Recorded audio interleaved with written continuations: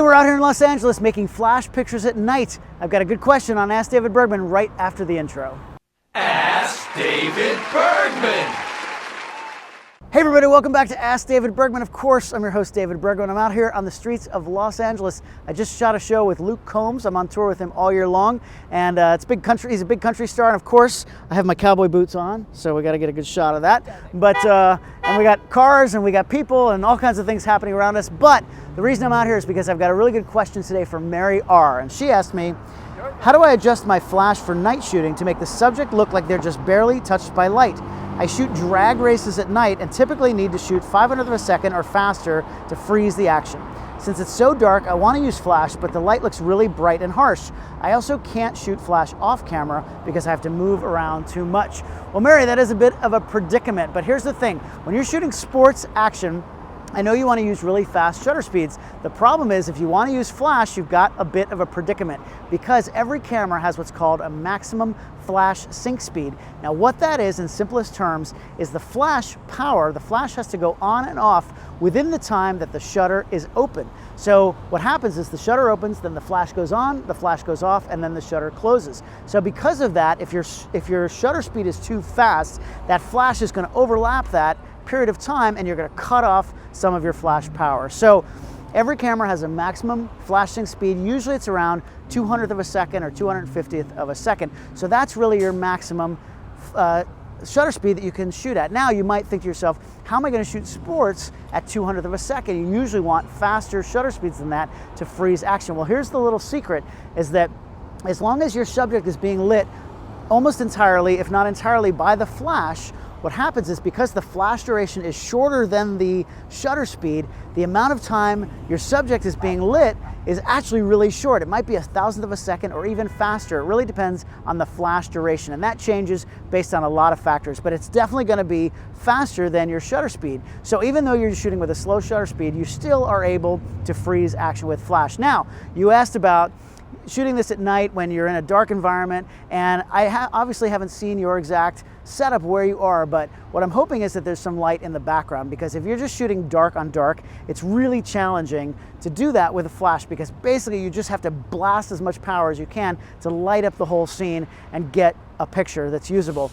It's not really pretty that way, but it's really all you can do in that case. But what I'm hoping is, and what I want to talk about today, is balancing the foreground with the background so that the flash doesn't look unnatural. You don't want the flash to overpower the scene. So we are here with my beautiful friend Marisa Roper, who you all know from Adorama TV. She's all over the Adorama channel, but it just so happens by coincidence she was here in LA the same time I was, so we decided we would do a photo shoot. So here for you on Ask David Bergman, right for you. So what we're going to do here now is, in the background, I've got a whole bunch of lights. There's all kinds of crazy things in the background, but there's really no light on her in the foreground. So first thing I'm going to do is just do an ambient light photo to show what that looks like. So no flash. The flash is on here, but I'm not using the flash.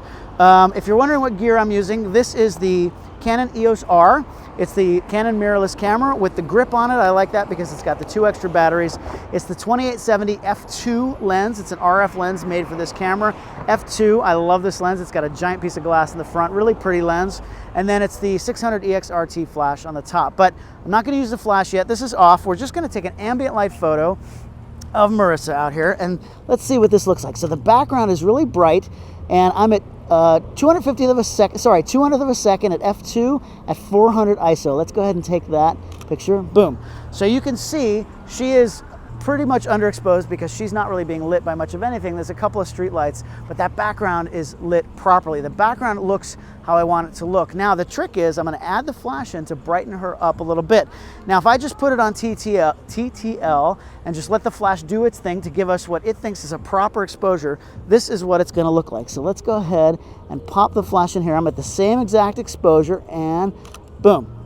So you can see now that flash is pretty harsh. That looks like a flash photo. That is not just touched by light as you asked for. So what we want to do is use the exposure compensation function inside the flash. So I'm still going to be on TTL, but I'm going to dial down the exposure compensation. Let me just show you what happens when we go one stop under. I'm going to go to -1 and do another picture, same settings, boom.